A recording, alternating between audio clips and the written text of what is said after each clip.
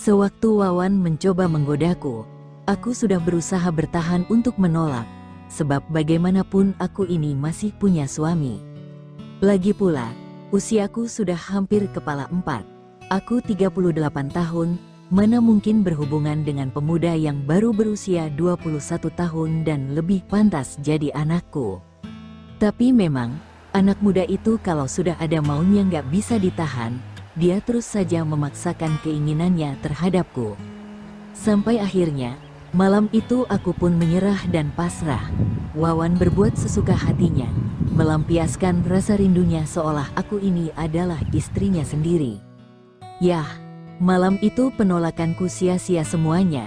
Wawan yang selalu gigih berusaha meluluhkan hatiku, sudah bisa membuatku lupa diri dibuai bujuk rayunya malam itu. Sebelum melanjutkan ceritaku, perkenalkan dulu namaku Halimah. Aku berusia 38 tahun, dan sudah memiliki 2 orang anak yang sudah pada remaja semuanya. Kehidupan rumah tanggaku dengan suamiku berjalan harmonis dan baik-baik saja selama ini. Kami sudah 16 tahunan menikah. Namun semua mulai berubah karena himpitan ekonomi. Mas Karno suamiku cuma bekerja serabutan, kadang buruh bangunan dan terkadang menjaga sawah milik orang sebagai buruh tani. Hingga akhirnya, aku sebagai istri harus ikut membantu mencari uang. Tadinya aku menerima cucian dan setrikaan pakaian, sembari berjualan jajanan di rumahku. Namun, karena ada tetangga yang menawari aku pekerjaan di kota, aku pun berangkat ke kota dan sudah 3 tahun ini aku bekerja sebagai pembantu rumah tangga di kota ini. Aku bekerja di rumah majikanku Pak Rudi dan Bu Hera, yang keduanya merupakan pejabat ASN pemerintah daerah. Usia mereka sudah kepala 5 dan hampir pensiun. Setahun pertama aku bekerja di sana, semua berjalan baik dan biasa saja. Tapi di tahun kedua, Pak Rudi dan Bu Hera memutuskan menggantikan sopir keluarganya. Pak Basuki yang sudah berusia 60-an, diminta istirahat dan diberi pesangon. Pekerjaan Pak Basuki sebagai sopir kemudian digantikan oleh Wawan, pemuda berusia 21 tahun. Wawan ini masih kerabatnya Pak Rudi majikanku. Dia manggil Pak Budi dengan sebutan Pak D dan Bu Hera dipanggil Bude, karena Wawan masih keponakan majikanku. Berawal dari sinilah, kisahku ini terjadi bersama Wawan. Terutama ketika Wawan akhirnya diminta sama Pak Rudi dan Bu Hera untuk pindah dan tinggal di kota di rumah majikanku. Yah, maksud majikanku supaya mudah dan gampang, sehingga Wawan gak perlu capek bolak-balik dari rumahnya yang cukup jauh berada di perbatasan kota. Sejak Wawan tinggal di rumah ini, pemuda itu mulai akrab denganku. Aku jadi tahu kalau Wawan itu masih anak dari saudara sepupunya Pak Rudi majikanku. Wawan baru setahun menikah di kampungnya, sehingga dia butuh pekerjaan untuk menafkahi istrinya yang katanya sudah mulai mengandung anak pertama mereka. Karena memang biaya untuk bersalinkan lumayan mahal, dan juga kebutuhan istrinya di kampung selama masa kehamilan tentu makan biaya untuk perawatan dan pemeriksaan rutin ke dokter kandungan. Majikanku Pak Rudi dan Bu Hera hidupnya sangat mapan, rumahnya besar dan 2 orang anaknya sudah pada bekerja dan menikah. Setiap akhir pekan majikanku pasti pergi menengok anak dan cucu mereka yang tinggal di luar kota. Katanya sekalian mereka sambil refreshing berduaan. Nah, suatu ketika Wawan gak bisa mengantarkan majikanku, karena hari itu merasa gak enak badan, sehingga Pak Rudi nyetir sendiri bersama Bu Hera. Pak Rudi memang majikan yang penuh perhatian dan pengertian. Dia meminta Wawan untuk istirahat saja di rumah, dan Pak Rudi memintaku merawat Wawan. Tapi Pak Rudi dan Bu Hera gak tahu, kalau sebenarnya saat itu Wawan pura-pura sakit di akhir pekan. Wawan ngaku males nganter majikan yang masih Pak D dan budenya itu keluar kota. Yah, menurut Wawan, dirinya kurang cocok dengan Mas Bimo, anak pertama Pak Rudi dan Bu Hera, yang hendak dikunjungi majikanku. Aku pun baru tahu kalau Wawan cuma pura-pura sakit, setelah aku menyuapin dia bubur ayam. Bahkan aku juga sempat mijatin dan ngerokin Wawan, karena kukira beneran sakit dan masuk angin. Wawan sambil cengengesan saat ngobrol sama aku di kamarnya. Apalagi ketika melihat wajahku yang kesal karena mengetahui kebohongan Wawan. Tapi Mbak Imah, jangan bilang ke Pak D dan Bude ya. Wawan pingin libur dulu, kata Wawan. Dia memanggilku dengan sebutan Mbak Imah karena namaku Halimah. Ih, kamu ini ngeselin deh. Awas loh, Mbak tetap akan laporin kalau kamu bohong, ketusku. Wawan malah makin senang menggodaku yang sedang kesal. Yah, karena hanya ada aku dan Wawan di rumah. Kami berdua pun jadi bisa akrab dan bebas ngobrol. Lagian Pak Rudi dan Bu Hera akan nginap di luar kota Sabtu dan Minggu. Siang itu setelah majikanku pergi, aku membuatkan Wawan bubur ayam. Lalu kami pun makan siang bersama sembari membahas kebohongan Wawan yang pura-pura sakit. Menurut Wawan, dia sedang males mau ngapa-ngapain karena sedang kangen sekali sama Siti, istrinya yang ada di kampung halaman bersama ibunya Wawan. Daripada nyetirin majikan tapi nggak fokus, kan bisa berabe kalau terjadi sesuatu yang tidak diinginkan. Begitu alasan Wawan kepadaku. Yah, aku bisa mengerti dengan perasaannya Wawan, sebab selama ini, aku juga sering kangen sama suami dan anak-anakku yang ada di kampung halaman. Kalau sedang kangen dan kita nggak bisa pulkam, memang bawaannya jadi males mau ngapa-ngapain, paling cuma teleponan, tapi tetap nggak bisa menghilangkan rasa rindu. Yah, perasaanku dan Wawan sama-sama kesepian karena jauh dari pasangan. Hal itu malah membuat obrolan kami semakin lama mulai menjurus kemana-mana. Wawan bertanya padaku, gimana caranya aku bisa melawan rasa rindu sama suami dan anak-anak. Dan aku pun menjelaskan kalau selama ini terpaksa ku pendam saja. Mendengar jawabanku, Wawan malah menggodaku. Katanya pantesan aku sering jerawatan, lantaran terlalu sering memendam kangen dan rindu. Yah, mau gimana lagi sih Wan, kan Mbak jauh dari suami, kamu sendiri jerawatan tuh, pasti memendam rindu juga sama istrimu, katanya berkilah dari godaan Wawan.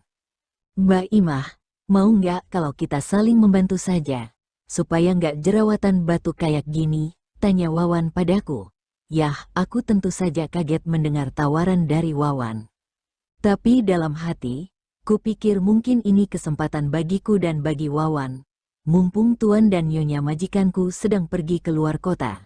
Namun, tentu saja aku gengsi mau langsung menjawab iya dan oke.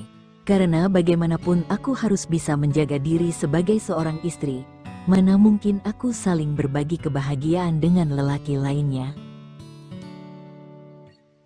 Sebelumnya Wawan memang suka menggodaku.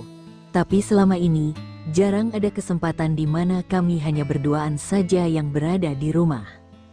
Yah, selama ini pun, cara menggoda Wawan masih dalam batas yang wajar. Seperti seorang adik yang menggoda kakaknya sendiri. Kadang Wawan suka protes kalau aku berpenampilan terlalu gamis. Katanya, sebagai pembantu aku nggak boleh terlihat lebih cantik dan rapi dari Bu Hera, Nyonya majikanku. Mungkin karena selama ini kami sering bertemu dan ngobrol, aku jadi sangat dekat dengan Wawan. Terkadang kami saling bercanda, menilai penampilan kami masing-masing. Aku juga suka godain Wawan, kalau jadi sopir itu jangan terlalu rapi dan ganteng. Nanti dikira bukan sopir, tapi malah sebagai majikannya Pak Rudi. Yah, tanpa sadar, godaan dan candaan kami diam-diam saling memuji kelebihan fisik kami. Wawan sering bilang kalau aku ini cantik, tapi sayang cuma jadi pembantu. Sebaliknya aku juga bilang kalau Wawan itu masih muda, tampan dan gagah. Tapi sayangnya kismin dan cuma bernasib menjadi sopir keluarga majikanku. Hingga di saat majikan nggak berada di rumah, Wawan akhirnya beneran mengungkapkan perasaannya kepadaku. Katanya dia naksir dan mau menjadi kekasihku. Wah, aku bahagia banget. Tapi mana mungkin itu terjadi. Aku sudah bersuami dan punya anak 2. Lagi pula usiaku jauh lebih tua dari Wawan. Sementara Wawan sendiri sudah punya istri. Dan Siti istrinya sedang mengandung anak pertama mereka di kampung halamannya Wawan. Aku sudah berusaha bilang ke Wawan, kalau aku juga punya perasaan yang sama dengannya. Tapi kita harus bisa menjaga jarak, karena nggak mungkin sudah punya keluarga malah menjalin hubungan kekasih. Namun, Wawan tetap gigih dan terus mendesakku untuk mau menerima perasaan cinta dan sayangnya, walau aku tahu, ini bukan sebuah cinta kasih yang murni. Kondisi dan keadaan kami yang sama-sama jauh dari pasangan kami, yang membuat perasaan kami tumbuh karena merasa sama-sama senasib dalam hidup ini. Aku juga tahu, kalau Wawan hanya ingin bercinta denganku bukan atas dasar cinta, melainkan hanya untuk mendapatkan kehangatan kasih sayang yang semu dari diriku. Malam itu, Wawan seperti sudah tak mau mendengar nasihatku lagi. Apalagi dia paham kalau malam itu adalah kesempatan emas untuknya, karena Pak Rudi dan Bu Hera sedang berada di luar kota. Wawan tiba-tiba mengetuk kamarku, sewaktu jam sudah menunjuk angka 10 malam. Alasannya pingin ngobrol karena nggak bisa tidur. Yah, berawal ngobrol biasa, lama-lama Wawan mengajakku untuk melakukan hubungan suami istri, yang seharusnya nggak boleh kami lakukan malam itu. Aku sudah berusaha menghindar dan menolak, namun Wawan memang pandai mencuri hatiku. Dengan bujuk rayu dan pujian darinya, aku akhirnya bersedia menerimanya.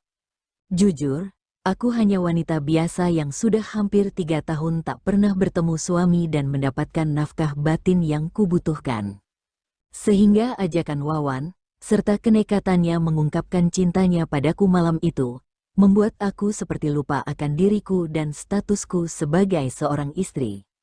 Wawan pun demikian, sudah 6 bulan lebih tak bertemu sang istri, membuat Wawan melampiaskan semua kerinduannya, namun semua itu dilampiaskannya kepada diriku. Malam itu menjadi malam pertama bagiku melayani lelaki lain, seperti aku melayani suamiku sendiri, dan Wawan mampu mengajakku terbang tinggi sekali, hingga mencapai puncak surga duniawi. Setelah itu, tentu saja ada kesadaran dan penyesalan yang muncul dalam hatiku.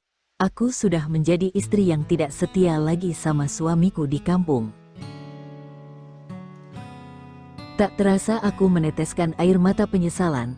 Setelah apa yang sudah aku lakukan bersama Wawan, Wawan juga minta maaf dan mencoba menghibur hatiku. Ini yang pertama dan yang terakhirnya ya Wan. Mbak khawatir kita terjebak semakin jauh dalam perasaan yang tak wajar ini, pintaku, sembari menatap Wawan. Iya Mbak, Wawan minta maaf. Wawan janji ini yang pertama dan terakhir kalinya. Yang penting bagiku, aku sudah menunjukkan bukti cintaku kepada Mbak Imah, balas Wawan, sambil mengusap rambutku dan mengecup keningku. Kejadian itu membuat aku merasa sangat malu dan rendah sekali. Sebagai wanita yang masih punya suami, aku malah bersedia melakukan hubungan badan dengan lelaki lain. Namun, entah kenapa pada saat yang sama ada perasaan bahagia yang sulit untuk aku lukiskan di hatiku. Betapa pemuda setampan Wawan bisa memberikan cintanya kepadaku. Begitulah awal kisahku bersama Wawan, pemuda yang jauh lebih muda usianya dariku. Terima kasih sudah menyimak ceritaku ini kawan. Sampai jumpa lagi dalam kisah selanjutnya.